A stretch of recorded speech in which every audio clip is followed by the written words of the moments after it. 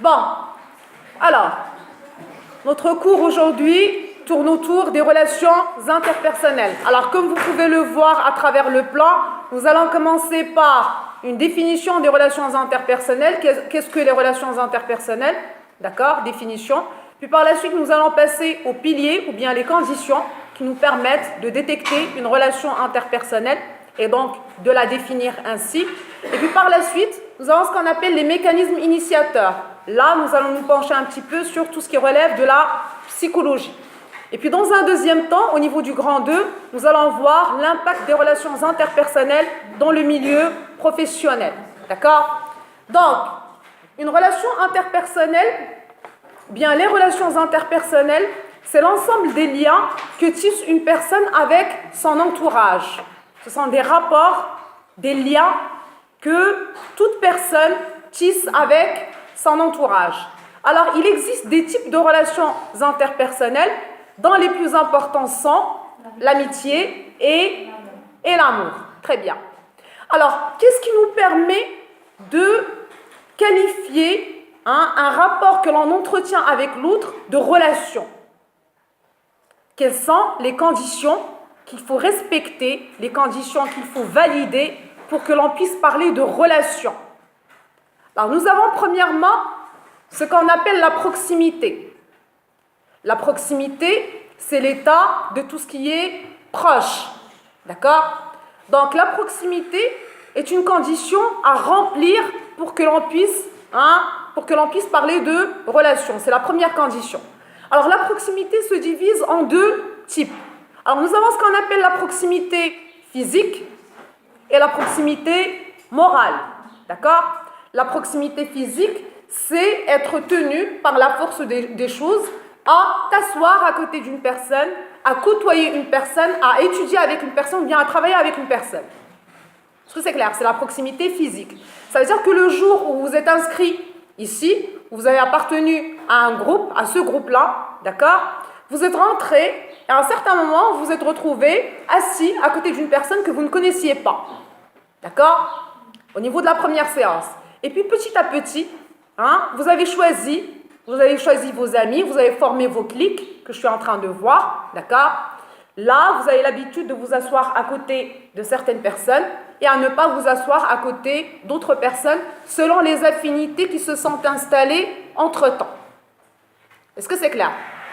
Donc, on peut commencer par une proximité physique, d'accord? Mais la condition de la proximité ne sera remplie que dans la mesure où la proximité morale va venir appuyer la proximité physique. Est-ce que c'est clair?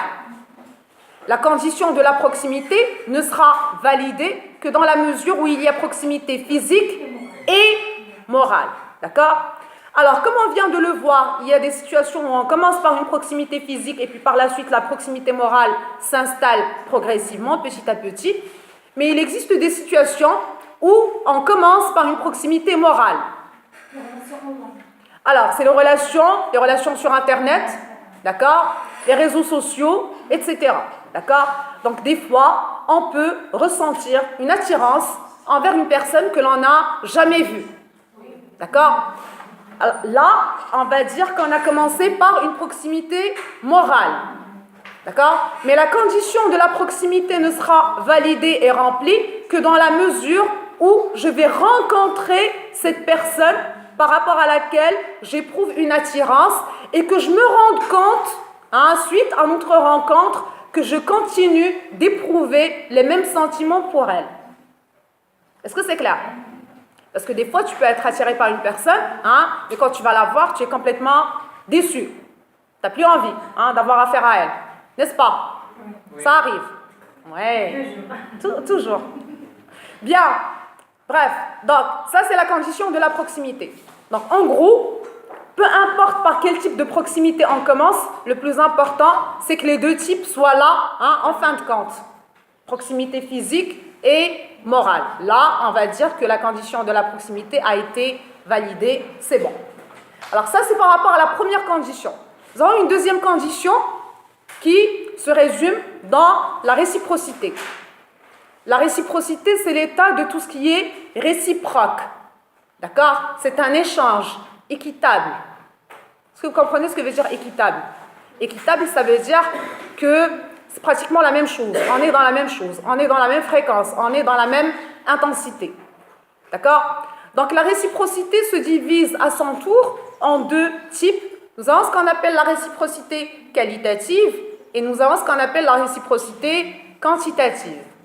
Alors la réciprocité qualitative, c'est quand tu passes par exemple des mois et des mois à économiser pour pouvoir acheter à ton meilleur ami, bien à ta meilleure amie, un cadeau d'anniversaire.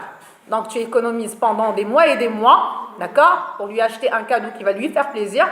Et puis le jour de ton anniversaire à toi, ce même ami va se ramener avec une fleur, hein, qu'il aura peut-être, bien probablement cueillie en chemin. Est-ce que c'est clair? D'accord?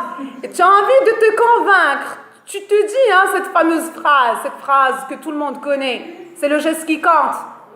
Tu te dis cette phrase, on te dit cette phrase, mais il y a un truc qui ne va pas, hein, ça passe pas. N'est-ce pas? Ça passe pas. Il y a une frustration, tu es vexé, tu es déçu. D'accord? Et tu as raison d'être déçu. D'accord? Parce que là, la condition de la réciprocité qualitative n'a pas été remplie. D'accord? Puis nous avons ce qu'on appelle la réciprocité quantitative. Là, c'est par rapport à la quantité. Genre, par exemple, je t'envoie 100 000 textos par jour. Hein, je disserte, j'écris des textes et tout. Et toi, tu me bipes. Ou bien tu m'envoies des textos, hein, genre cool, merci, ok, bonne nuit, bonsoir, etc. D'accord? Est-ce que c'est clair?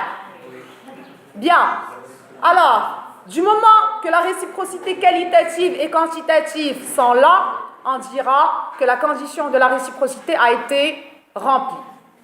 Ça, c'est la deuxième condition. Donc, je rappelle, première condition, la proximité. Deuxième condition, la réciprocité. Troisième condition, c'est l'intimité. L'intimité, c'est quand les secrets sont dévoilés, hein, les secrets sont dévoilés, les confidences partagées et la confiance en l'autre instaurée. Qu'est-ce que ça veut dire? Ça veut dire qu'à un certain moment, tu es là, hein, l'autre personne est là, et puis petit à petit, hein, vous allez commencer à faire quoi? Vous allez commencer à fusionner. D'accord? Vous allez fusionner. D'accord? C'est comme deux bulles qui fusionnent. Question. Est-ce qu'il peut y avoir une fusion totale? Alors, il ne peut pas y avoir de fusion totale. Pourquoi? Parce que chacun de nous a ce qu'on appelle un jardin intime. Chacun de nous a un jardin intime. Donc, alors, au niveau du jardin intime, et ce qui est très curieux par rapport à cette histoire de jardin secret, c'est que il diffère selon les personnes, hein, au niveau de la superficie. Il y a des gens qui ont des jardins secrets qui mesurent des millimètres, donc c'est 2-3 petites choses que tu racontes pas, hein. Mais il y a des gens qui ont des jardins secrets, hein, dans la superficie est vraiment très très étendue, on y passerait des nuits et des jours. Hein, ils ont un caractère très énigmatique, très mystérieux, ils disent absolument rien. Est-ce que c'est clair? Donc là, hein, c'est un problème. Quand tu as tendance à tout raconter à l'autre et que l'autre te raconte des choses vraiment très très futiles et que l'essentiel n'est pas là, hein, on ne peut pas dire que la condition de l'intimité dans ce cas est remplie. Il n'y a pas d'intimité. C'est clair? Donc, du moment que ces trois conditions sont remplies, à savoir la proximité physique et morale, la réciprocité qualitative et quantitative et l'intimité, là, on pourra dire que voilà, nous sommes dans une relation. Sinon, vous êtes dans une espèce de chimère, d'illusion, hein, vous êtes en train de vivre une histoire dans votre tête et votre histoire, elle est à sens unique. Est-ce que c'est clair? Alors, de là, on passera au mécanisme initiateur. Qu'est-ce qui fait que l'on éprouve de la sympathie pure et dure par rapport à des personnes que l'on ne connaît pas? Et qu'est-ce qui fait que l'on déteste à la base, hein, des personnes que l'on ne connaît pas? Qu'est-ce qui gère cette histoire de sympathie et d'antipathie?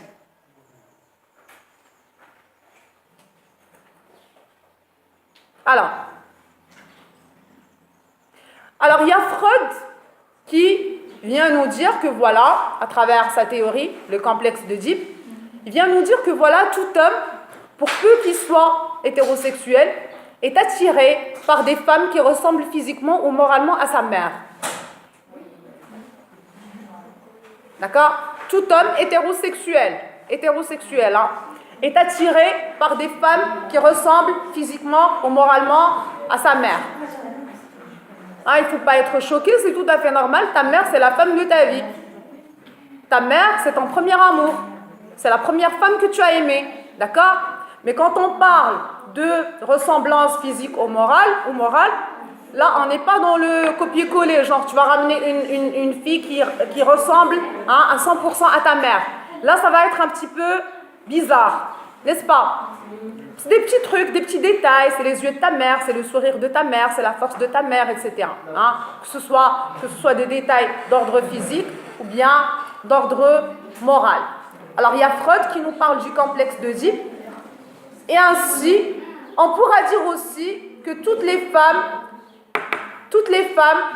sont attirées par des hommes qui ressemblent physiquement ou moralement à leur père. Toutes les femmes hétérosexuelles aussi. D'accord? Parce que finalement, ton père, c'est l'homme de ta vie. Même s'il n'est pas gentil. Même si tu as énormément de problèmes avec ton père, tu continues à l'aimer. Donc, quelque part, au niveau de ton inconscient, tu continues à le chercher, d'accord, dans l'homme avec lequel tu vas partager ta vie. Donc, il y a des gens qui vont chercher des choses différentes. Alors, tu as beau courir contre le sens de ton instinct, voilà, tu as beau croire que tu as déniché un homme qui est complètement différent de ton père, du moment qu'il y a attirance, du moment qu'il y a attrait, c'est-à-dire qu'il y a ressemblance. Est-ce que ça ne t'est jamais arrivé d'entendre dans un film une femme s'adresser à son mari pour lui dire « Ah là là, mais on dirait mon père, hein ?» D'accord? Voilà. Donc, et puis nous avons ce qu'on appelle l'attrait par la ressemblance. Il y a des gens qui sont attirés par des gens qui leur ressemblent. Tu vois, par exemple, c'est un couple, et tu as l'impression que c'est une sœur et un frère. Tellement ils se ressemblent, physiquement ou moralement. Ben, c'est son droit, hein. C'est son droit, chacun a le droit de se mettre avec qui il veut. D'accord? Il y a des gens qui sont attirés par la ressemblance, physique ou morale. C'est une attirance. Non, je vous dis que je vois souvent des couples qui se ressemblent. Ouais? Oui. Bah pourquoi? Parce qu'ils sont attirés par des gens qui leur ressemblent. C'est une attirance. Tout simplement, ils sont attirés par des gens qui leur ressemblent. Alors, il y a des gens qui sont attirés par des gens qui leur ressemblent, soit physiquement, soit moralement. Et il y a des gens qui sont attirés par des gens qui sont complètement différents d'eux, soit physiquement, soit moralement. Est-ce que c'est clair? Mais moralement, ça va pas trop marcher. Si ça va marcher, si ça va pas marcher, là on parle de l'attirance, on parle des mécanismes initiateurs. De qu'est-ce qui fait par exemple que tu trouves une personne sympathique. Qu'est-ce qui explique cette histoire de genre? Tu es là, tu avances dans la vie, lui c'est mon genre, elle c'est pas mon genre, etc. Qu'est-ce que c'est que cette histoire de genre? C'est ce qu'on est en train d'expliquer. D'accord? Si ça va par la suite marcher ou pas marcher, c'est pas notre problème. D'accord? Donc, je répète, complexe d'Oedipe, d'accord? Il y a Freud qui nous parle du complexe d'Oedipe, d'accord? Il y a ce qu'on appelle l'attrait par la ressemblance, il y a l'attrait par la différence, il y a ce qu'on appelle l'attrait par la satisfaction reçue ou attendue. L'attrait par la satisfaction reçue, c'est que quand je sais, par exemple, que voilà, à chaque fois que je vais te voir, à chaque fois que je te vois, à chaque fois qu'on se rencontre, je suis heureuse. D'accord? Et c'est un sentiment de satisfaction qui ponctue toutes nos rencontres. Ça veut dire que voilà, tu deviens synonyme de bonheur, de joie, etc. Donc j'ai envie de te voir très souvent, je suis attirée par toi. D'accord? Parce qu'il y a une satisfaction que je reçois. Elle est là. D'accord? Et puis nous avons ce qu'on appelle l'attrait par la satisfaction attendue. La satisfaction attendue, c'est quand, et ça c'est plutôt les filles hein, qui ont tendance à faire ça. Hein. Tu es là, tu rencontres une personne et tu te dis, lui, c'est l'homme de ma vie. Il n'y a rien, il n'y a pas de pancarte, il n'y a pas de panneau de signalisation, il n'y a rien. Mais tu es là, hein, dans une espèce de vision, de prophétie, et tu te dis, voilà, lui, il va me rendre heureuse. Ça, c'est la satisfaction attendue.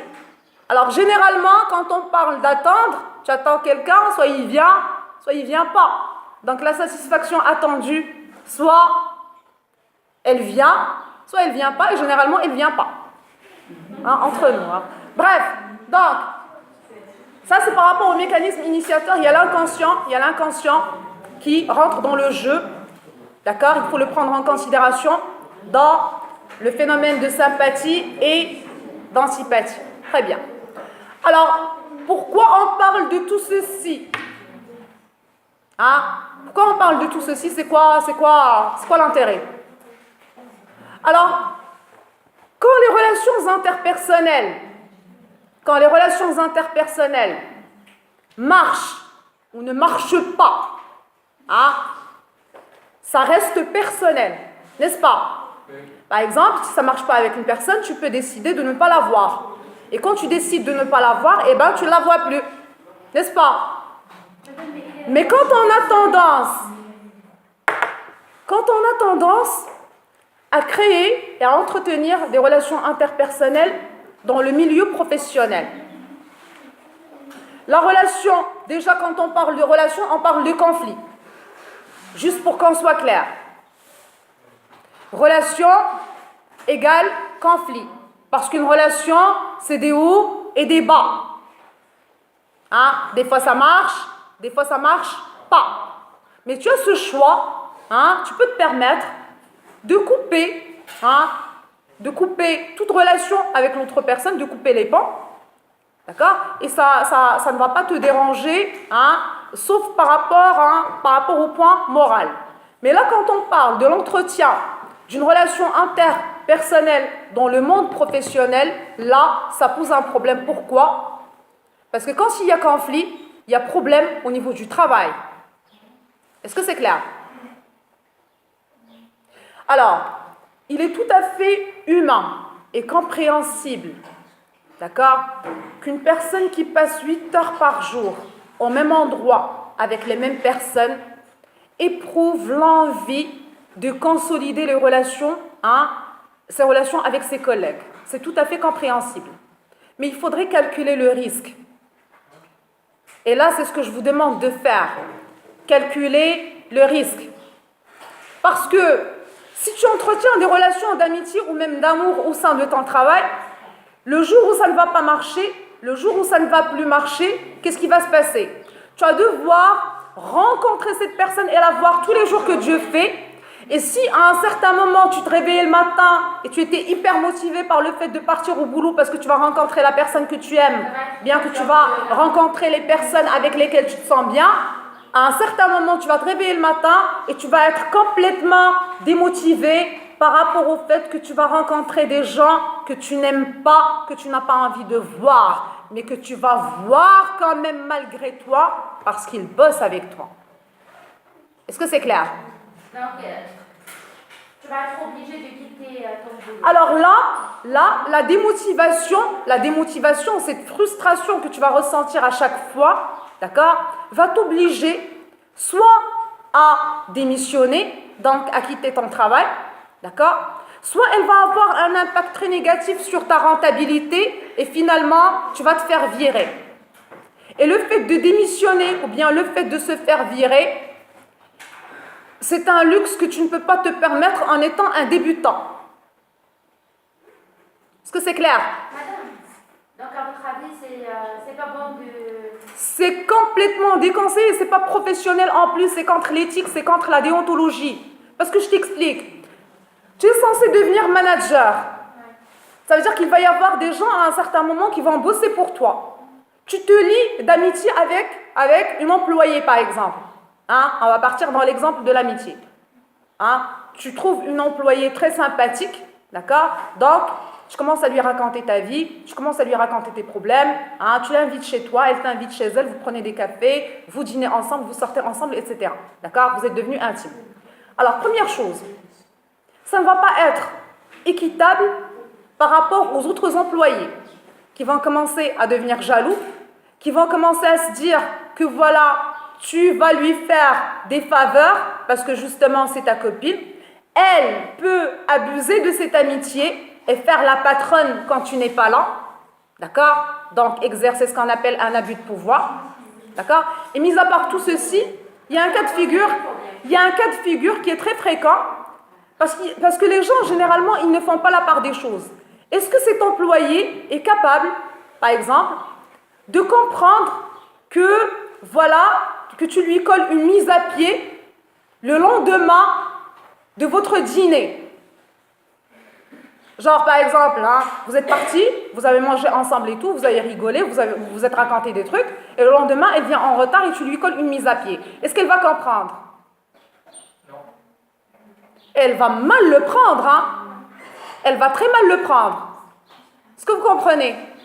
Donc, pourquoi se mettre dans ce genre de situation? Ta vie personnelle, tu dois la vivre à l'extérieur. Ta vie est à l'extérieur.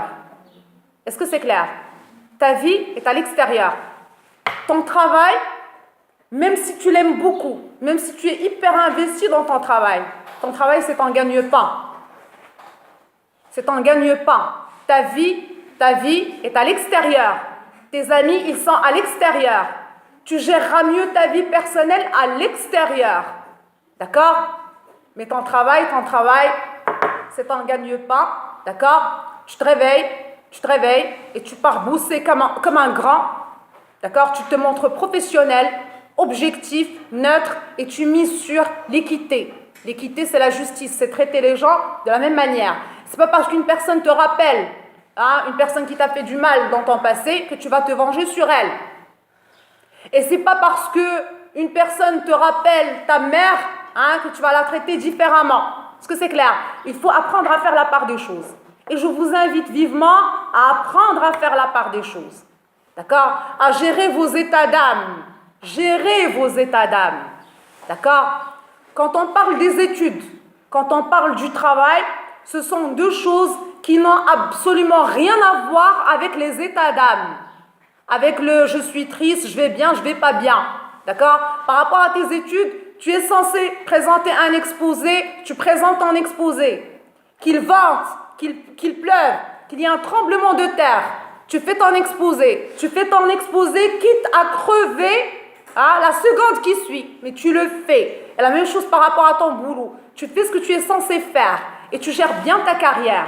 Et sache qu'aucun recruteur ne va être encouragé par rapport au fait de t'embaucher quand il va voir que tu as tendance à sauter d'un poste à un autre, d'accord, dans une intervalle qui est vraiment très suspecte. Genre, par exemple, tu changes de boulot tous les 4 mois. Tu changes de boulot tous les 6 mois. Est-ce qu'il va pouvoir te faire confiance? Non. Et le recruteur, généralement, il te demande une lettre de recommandation de chez ton patron. Là, peut-être ton patron, il va t'écrire une chose genre, il avait des problèmes d'ordre relationnel avec son assistante. Est-ce que c'est encourageant pour un recruteur? Non. Alors, au niveau du CV, il n'y a pas de rubrique intitulée « Vie sentimentale ». C'est clair? Il n'y a pas de vie sentimentale dans un CV. Il y a une rubrique formation, il y a une rubrique expérience professionnelle, il y a une rubrique divers. Ça veut dire que ta vie personnelle, tu la gères comme tu veux, il n'y a pas de souci. Mais par rapport à ta carrière, ce qui compte, c'est ta responsabilité, ton sérieux, d'accord, ta déontologie et ton équité. Est-ce que vous comprenez? Je souligne en gras le mot équité. Vous devez vous montrer équitable envers vos employés. Est-ce que vous comprenez? C'est clair? Pas de traitement de faveur et pas d'abus de pouvoir. Je suis tranquille, je suis neutre, je suis objectif, je fais preuve d'empathie, d'accord? Tout en respectant les limites que je me suis tracées. C'est clair? Vous avez des questions? Bien, en note.